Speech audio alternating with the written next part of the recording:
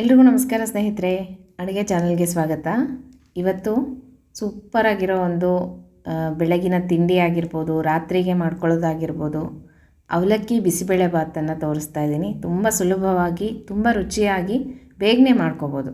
ಬನ್ನಿ ಇದಕ್ಕೆ ಏನೇನೆಲ್ಲ ಬೇಕು ಅಂತ ನೋಡೋಣಂತೆ. ಮೊದಲಿಗೆ ನಾನಿಲ್ಲಿ 1 ಲೋಟದಷ್ಟು ಹೆಸರುಬೇಳೆಯನ್ನು ತೊಗೊಂಡಿದ್ದೀನಿ. ನೀವು ಯಾವ ಅಳತೆಯಲ್ಲಾದರೂ ತೊಗೋಬೋದು, ಕಪ್ಪಲ್ಲಿ ತೊಗೋಬೋದು, ಗ್ಲಾಸಲ್ಲಿ ತೊಗೋಬೋದು. ನಾನಿಲ್ಲಿ 1 ಲೋಟದ ಫುಲ್ಲು ಹೆಸರುಬೇಳೆಯನ್ನು ತೊಗೊಂಡಿದ್ದೀನಿ. ಮತ್ತು ತರಕಾರಿಯನ್ನು ಹೆಚ್ಚಿಟ್ಕೊಂಡಿದ್ದೀನಿ. ಕ್ಯಾರೆಟು, ಬೀನ್ಸು ಮತ್ತು ನವಿಲುಕೋಸನ್ನು ಹೆಚ್ಚಿಟ್ಕೊಂಡಿದ್ದೀನಿ. ಕ್ಯಾಪ್ಸಿಕಮನ್ನು ಹೆಚ್ಚಿಟ್ಕೊಂಡಿದ್ದೀನಿ. ಈಗ ಫಸ್ಟು ನಾವು ಹೆಸರುಬೇಳೆಯನ್ನು ಚೆನ್ನಾಗಿ 1-2-3 ಸಲ ತೊಳ್ಕೊಂಡ್ಬಿಟ್ಟು ಹೆಸರುಬೇಳೆಯನ್ನು ಬೇಯಿಸ್ಕೋಬೇಕು.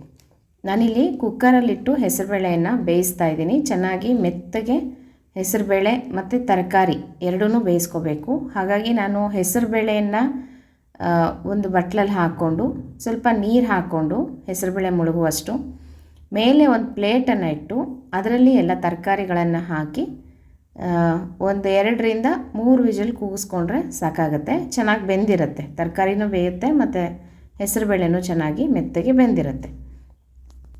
ಈಗ ಹೆಸರುಬೇಳೆ ಎಲ್ಲ ಬೇಯೋಷ್ಟರಲ್ಲಿ ನಾವೊಂದು ಸ್ವಲ್ಪ ಹುಣಸೆ ಹಣ್ಣನ್ನು ನೆನೆಸ್ಕೊಂಡ್ಬಿಡೋಣ. ನೋಡಿರಿ, ನಾನಿಲ್ಲಿ ಸಣ್ಣ ನಿಂಬೆ ಹಣ್ಣಿನ ಗಾತ್ರದಷ್ಟು ಹುಣಸೆ ಹಣ್ಣನ್ನು ನೆನೆ ಹಾಕಿದ್ದೀನಿ.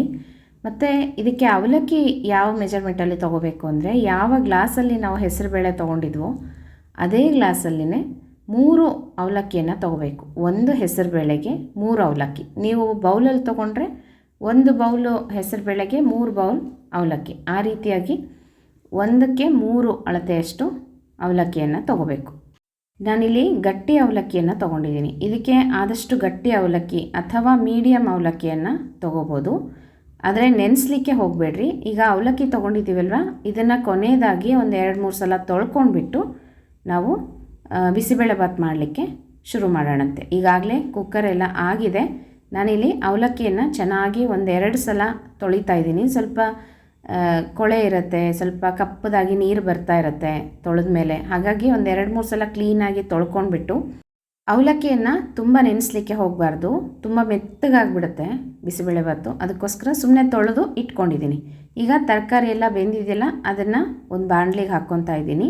ಮತ್ತು ಬೆಂದಿರುವಂಥ ಹೆಸರುಬೇಳೆ ನೋಡಿರಿ, ಇದಕ್ಕೆ ಸ್ವಲ್ಪ ನೀರು ಜಾಸ್ತಿ ಹಾಕೋಬೇಕು. ಯಾಕಂದರೆ ಅವಲಕ್ಕಿ ನೀರು ತುಂಬ ಹಿಡ್ಕೊಳ್ಳುತ್ತೆ ಅಲ್ವಾ, ಅದಕ್ಕೋಸ್ಕರ ಬಿಸಿಬೇಳೆ ಭಾತ ಆಮೇಲೆ ಗಟ್ಟಿ ಆಗಿಬಿಡುತ್ತೆ.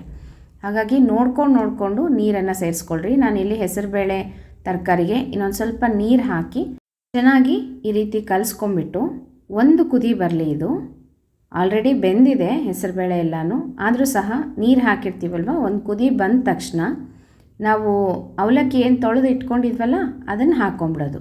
ನೋಡಿರಿ, ನೆನೆಸ್ಲಿಕ್ಕೆ ಹೋಗಬಾರ್ದು ಅವಲಕ್ಕಿನ, ಸುಮ್ಮನೆ ತೊಳೆದು ಆಮೇಲೆ ಇದಕ್ಕೆ ಹೀಗೆ ಸೇರಿಸ್ಕೊಂಬಿಡೋದು. ಈಗ ನಾವೇನು ನೀರು ಹಾಕಿ ಕುದಿಸ್ತೀವಲ್ವ, ಆವಾಗೇ ಚೆನ್ನಾಗಿ ಅವಲಕ್ಕಿ ಬೆಂದುಬಿಡತ್ತೆ. ಹಾಗಾಗಿ ತುಂಬ ಮೆತ್ತಗೆ ಬೇಯಿಸ್ಕೊಂಡ್ಬಿಟ್ರೆ, ಹೆಸರುಬೇಳೆ ಆಗಲಿ ಅವಲಕ್ಕಿ ಆಗಿ ನೆನೆಸ್ಕೊಂಡು ಹಾಕ್ಕೊಂಡ್ರೆ ತುಂಬ ಮೆತ್ತಗಾಗ್ಬಿಡುತ್ತೆ ಬಿಸಿಬೇಳೆ ಬಾತ್. ಹಾಗಾಗಿ ಸ್ವಲ್ಪ ನನಗೆ ಅವಲಕ್ಕಿ ಕಾಣಲಿ ಅಂತ ಹೇಳಿಬಿಟ್ಟು ಈ ರೀತಿಯಾಗಿ ಮಾಡಿದೆ. ಈಗ ಇದಕ್ಕೆ ಬಿಸಿಬೇಳೆ ಬಾತ್ ಪೌಡರನ್ನು ಹಾಕ್ತಾಯಿದ್ದೀನಿ. ಇದನ್ನು ನಾನು ಮಾಡಿ ಇಟ್ಕೊಂಡಿದ್ದೆ ಪುಡಿ. ನಿಮಗೆ ಇದರ ರೆಸಿಪಿ ಬೇಕು ಅಂದರೆ ನಾನು ಡಿಸ್ಕ್ರಿಪ್ಷನ್ ಬಾಕ್ಸಲ್ಲಿ ಶೇರ್ ಮಾಡ್ತೀನಂತೆ, ಬಿಸಿಬೇಳೆ ಬಾತ್ ಪೌಡರ್ ಹೇಗೆ ಮಾಡ್ಕೊಳ್ಳೋದು ಮನೆಯಲ್ಲಿ ಅಂತ. ಆ ಪುಡಿಯನ್ನು ಹಾಕಿ ಚೆನ್ನಾಗಿ ಕಲಿಸ್ಕೊಂಬಿಡೋದು.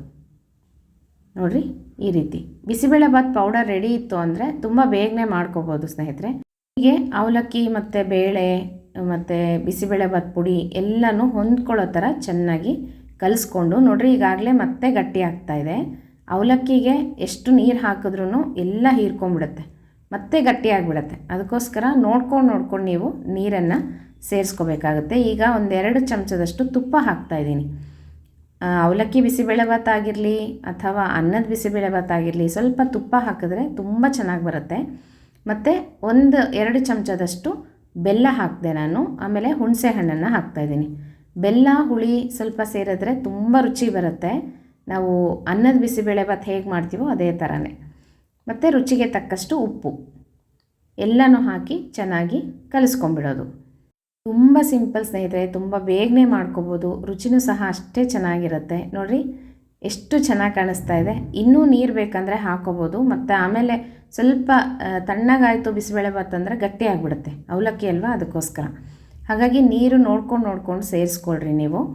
ಈಗ ನಾನು ಏನು ಮೆಜರ್ಮೆಂಟ್ ತೋರಿಸ್ದೆ ಇದು 3-4 ಜನಕ್ಕೆ ಆರಾಮಾಗಿ ತಿಂಡಿಗೆ ಆಗುತ್ತೆ. ಹಾಗಾಗಿ ನೀವು ಸಹ ಟ್ರೈ ಮಾಡಿರಿ. ನೋಡಿರಿ, ಅವಲಕ್ಕಿ ಬಿಸಿಬೇಳೆಭಾತ್ ರೆಡಿ ಆಯಿತು. ಇದಕ್ಕೀಗ ಒಗ್ಗರಣೆಯನ್ನು ಕೊಟ್ಕೊಂಬಿಡೋಣ ಲಾಸ್ಟಿಗೆ.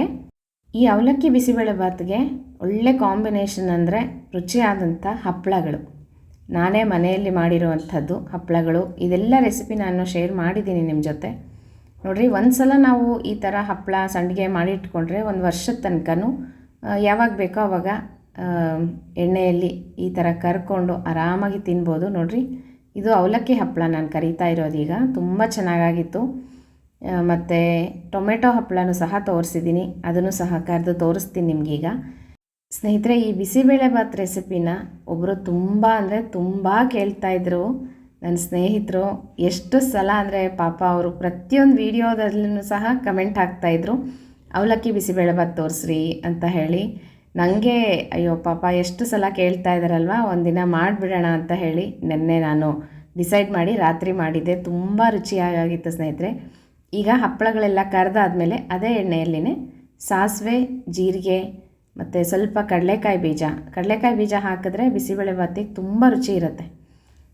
ಒಗ್ಗರಣೆಲಾದರೂ ಹಾಕ್ಕೋಬೋದು, ಇಲ್ಲಾಂದರೆ ಬೇಯೋವಾಗ ಸಹ ಹೆಸರುಬೇಳೆ ಬೇಯೋವಾಗ ಬೇಯಿಸ್ಕೋಬೋದು. ನೋಡಿರಿ, ಈಗ ಒಂದು ಸ್ವಲ್ಪ ಉದ್ದಿನಬೇಳೆ ಕಡಲೆಬೇಳೆ ಹಾಕಿದ್ದೀನಿ. ಸ್ವಲ್ಪ ಅರಿಶಿಣದ ಪುಡಿ ಹಾಕ್ಕೊಂಡು ಕರಿಬೇವಿನ ಸೊಪ್ಪು ಹಾಕ್ಕೊಂಡು ಹಿಂಗೆ ಹಾಕ್ಕೊಂಡ್ರೆ ಒಗ್ಗರಣೆ ರೆಡಿ.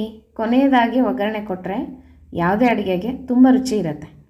ಹಾಗಾಗಿ ನಾನಿಲ್ಲಿ ಕೊನೆಯದಾಗಿ ಒಗ್ಗರಣೆ ಮಾಡ್ತಾಯಿದ್ದೀನಿ. ಇದೇ ಒಗ್ಗರಣೆಯಲ್ಲಿನೇ ಕ್ಯಾಪ್ಸಿಕಮ್ಮನ್ನು ಸಣ್ಣದಾಗಿ ಹೆಚ್ಚಿ ಹಾಕ್ಕೊಂಡು ಸ್ವಲ್ಪ ಎಣ್ಣೆಯಲ್ಲಿ ಫ್ರೈ ಮಾಡಿ ಅದನ್ನು ಬಿಸಿಬೇಳೆಭಾತಿಗೆ ಸೇರಿಸ್ತಾ ಇದ್ದೀನಿ. ಕ್ಯಾಪ್ಸಿಕಮ್ಮನ್ನು ಯಾವಾಗಲೂ ನಾವು ಬೇಯಿಸ್ಕೋಬಾರ್ದು ಸ್ನೇಹಿತರೆ, ತುಂಬ ಪಿತ ಆಗಿ ಮೆತ್ತಗಾಗ್ಬಿಡುತ್ತೆ.